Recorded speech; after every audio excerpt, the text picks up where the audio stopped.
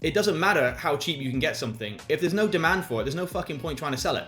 Step 2, validation. Now that we have the idea, the next question isn't how can we make it, it's should we make this? In a previous video, I talked about the leap of faith, and that's what this is about. How do we reduce the gap so it's comfortable for us to make that jump? Now, with this product specifically, and any others that are pushing the boundaries on innovation, it actually gets quite tricky. Because you don't have a like-for-like comparison that you can look at accurate sales data for. So instead of trying to validate that this exact thing will sell, albeit with some improvements, we look to validate it in parts.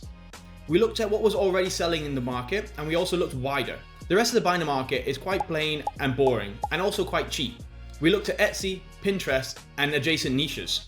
Not to copy anything, but just to look at signals. Are people buying premium materials?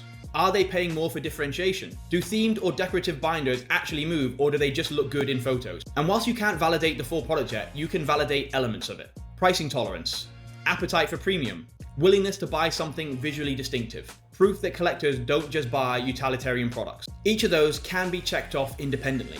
And the assumption, which is a conscious one, is that if each of these elements holds true on its own, then there's a reasonable chance they'll hold true when combined.